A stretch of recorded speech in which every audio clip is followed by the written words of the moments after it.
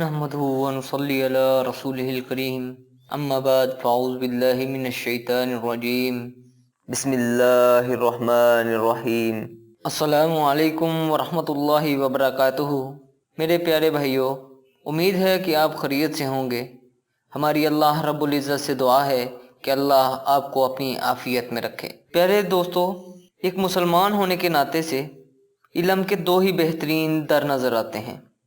پہلا در قرآن مجید ہے اور دوسرا در خاتم النبیین کی حیات طیبہ ہمارے لیے احادیث مبارکہ ہیں۔ پیارے دوستو، آج کی ویڈیو شروع کرنے سے پہلے میں آپ کو دعوت دیتا ہوں کہ آپ تحقیق ٹی وی کو سبسکرائب کریں اور بیل بٹن کو دبائیں تاکہ ہماری نئی آنے والی مفید ویڈیوز آپ تک بروقت پہنچ سکیں۔ پیارے دوستو، ہم آپ تک جو باتیں لے کر آتے ہیں وہ ہماری خود ساختہ باتیں نہیں ہیں، اور جو وظائف ہم آپ تک پہنچاتے ہیں وہ ہم قرآن مجید سے لے کر آتے ہیں، اور جو احادیث اور واقعات ہم بیان کرتے ہیں وہ صرف اس لیے کہ آپ کو وظائف کے مجرب ہونے اور آپ کی اخلاقی اصلاح کے لیے ہوتے ہیں۔ آج کی ویڈیو غور سے اور آخر تک سنیں تاکہ آپ اپنی اخلاقی اصلاح کے ساتھ ساتھ سورۃ توبہ کی آیات کا جو وظیفہ ہے اسے سمجھ سکیں کہ آپ اسے کس طرح کر سکتے ہیں۔ آج کا جو وظیفہ ہے وہ سورۃ التوبہ کی آیات کا وظیفہ ہے، جسے ہم اللہ کی غیبی مدد کے لیے، اپنے کاروبار کی بڑھوتری کے لیے، اور جو غرباء ہیں وہ اللہ کی مدد سے کوئی ایسا ذریعہ معاش حاصل کر لیں جن سے وہ اپنے خاندان کو، اپنے گھر والوں کو بہتر روزی پہنچا سکیں۔ وظیفہ شروع کرنے سے پہلے آپ کو ایک شخص کا واقعہ بیان کرتا ہوں، جو کہ وہ شخص خود بیان کرتا ہے۔ کہتا ہے کہ میں بہت امیر اور دولت مند تھا اور میرا بہت زیادہ بزنس تھا۔ میرے پاس ایک باندی آئی، مجھے اس سے بہت محبت ہو گئی، حتیٰ کہ میں اس کی محبت میں اپنے کاروبار کو بھول گیا، اور میرا کاروبار آہستہ آہستہ کم ہونا شروع ہو گیا، اور اتنا کم ہو گیا کہ ایک دن میرا کاروبار بند ہو گیا، ختم ہو گیا، یہاں تک کہ میں اپنی قیمتی چیزیں بھی بیچ دیں، تمام مال ختم ہو گیا۔ پھر میں گھر کی چیزیں بیچ لگا، یہاں تک کہ وہ بھی ختم ہو گئیں۔ پھر میں اپنے گھر کا ملبہ بیچنے لگا، گھر کو توڑ توڑ کر بیچنے لگا، اس کی اینٹیں، اس کا ملبہ سب بیچ دیا، یہاں تک کہ میرے پاس میرے گھر میں میرے رہنے کے لیے صرف ایک کمرہ بچا، باقی سب بیچ دیا۔ یہ وہ وقت تھا جب میری بیوی ماں بننے والی تھی، اور میرا بہت برا حال تھا، غریب ہو چکا تھا، کھانے کو کچھ نہیں تھا۔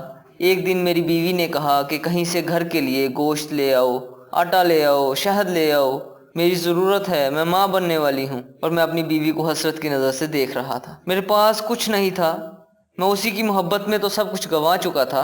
میں گھر سے تو نکل آیا، اور میرے اندر سے ایک آواز آئی، عجیب کیفیت تھی، کہ میں خود سے وعدہ کیا کہ میں اب تب تک اس گھر میں نہیں جاؤں گا جب تک میں اپنی بیوی کے لیے کچھ کر نہ سکوں۔ پھر میں راستے پر چلنا شروع ہو گیا، چلتا رہا، میری کوئی منزل تو تھی نہیں۔ ایک شہر آیا، اس کے بعد دوسرا شہر آیا، دوسرے کے بعد تیسرا شہر آیا، آگے سے آگے بڑھتا چلا گیا، مہینوں کا سفر طے کر لیا۔ سفر سے بیزار ہو کر بری حالت میں آگے آنے والے شہر تک پہنچا۔ وہاں میں نے مزدوری کرنا شروع کر دی۔ جس گھر میں میں مزدوری کر رہا تھا تو اس کا مالک کوئی درویش بزرگ تھا۔ مجھے دیکھ کر کہنے لگا کہ بیوی کو گوشت، آٹا اور شہد تو دے آتے، ایسے ہی چھوڑ کر آ گئے۔ چلو اچھا ہے، اللہ پاک تیری حفاظت کرے گا، تو ایسا کیا کر کہ لقد جاؤکم کا وظیفہ پڑھا کر، تیرے کام بن جائیں گے۔ وہ شخص کہتا ہے کہ بزرگ کی بات سن کر میں حیران و پریشان ہو گیا کہ یہ بیوی والی بات، یہ گوشت، آٹے اور شہد والی بات، یہ تو مجھے پتہ ہے، اور مجھے پتہ ہے کہ میں اپنی بیوی کی بات کا مارا ہوا یہاں تک آ گیا ہوں۔ یہ بات اس شخص کو کیسے پتہ، ان بزرگ کو کیسے پتہ؟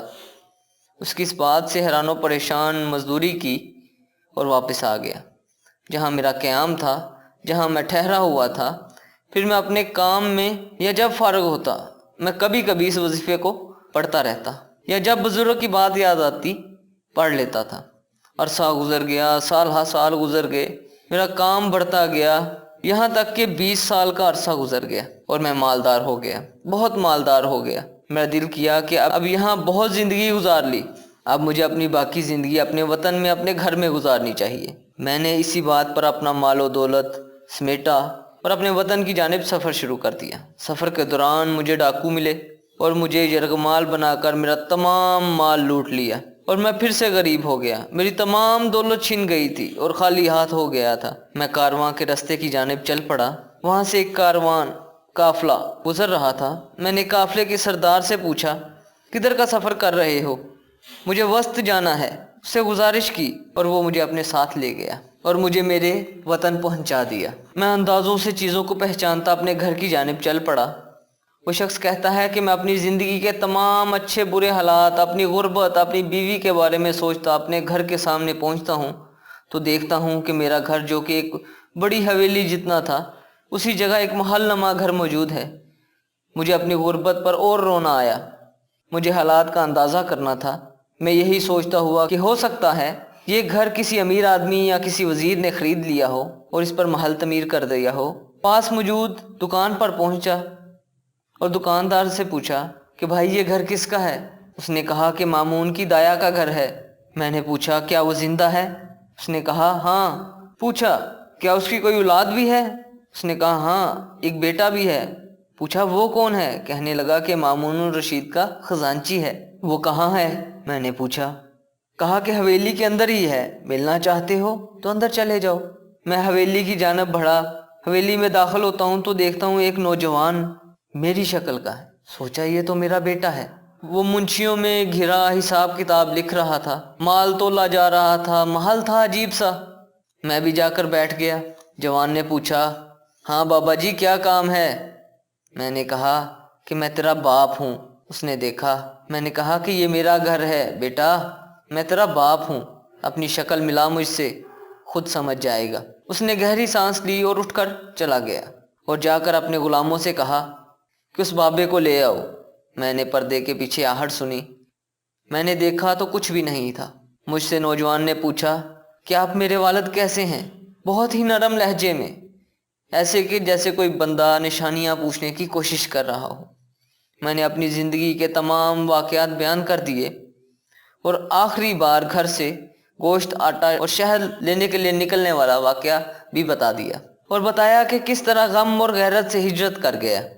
جیسے ہی میں نے یہ تمام باتیں بتائیں، میری بیوی نے پیچھے سے لپٹ لیا اور کہنے لگی کہ تو ہی میری زندگی کا ساتھی ہے، اور رونے لگی، زاروں قطار رونے لگی۔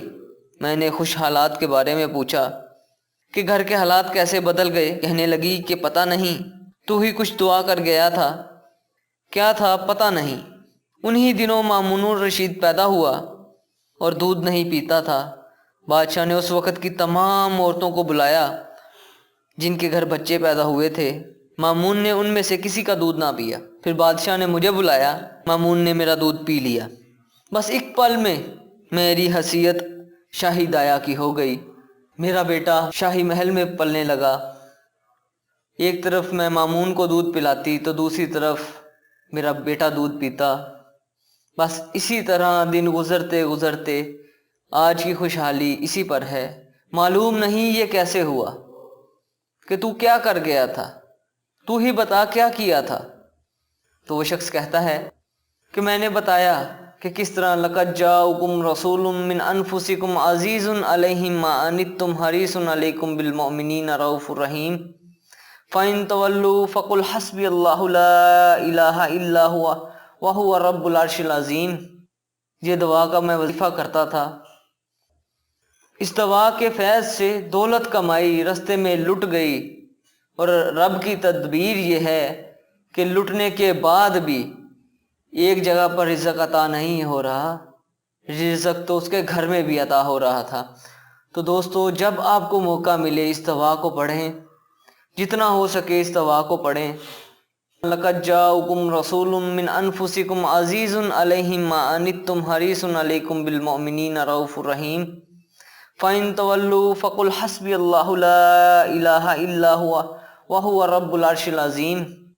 لَقَدْ جَاءَكُمْ رَسُولٌ مِّنْ أَنفُسِكُمْ عَزِيزٌ عَلَيْهِ مَا عَنِتُّمْ حَرِيصٌ عَلَيْكُمْ بِالْمُؤْمِنِينَ رَءُوفٌ رَحِيمٌ فَإِن تَوَلُّوا فَقُلْ حَسْبِيَ اللَّهُ لَا إِلَٰهَ إِلَّا هُوَ وَهُوَ رَبُّ الْعَرْشِ الْعَظِيمِ۔ لَقَدْ جَاءَكُمْ رَسُولٌ مِّنْ أَنفُسِكُمْ عَزِيزٌ عَلَيْهِ مَا عَنِتُّمْ حَرِيصٌ عَلَيْكُمْ بِالْمُؤْمِنِينَ رَءُوفٌ رَحِيمٌ فَإِن تَوَلُّوا فَقُلْ حَسْبِيَ اللَّهُ لَا إِلَٰهَ إِلَّا هُوَ وَهُوَ رَبُّ الْعَرْشِ الْعَظِيمِ۔ اور اس کے ساتھ ہی دوستو میں اجازت چاہتا ہوں، اللہ حافظ، السلام علیکم ورحمۃ اللہ وبرکاتہ۔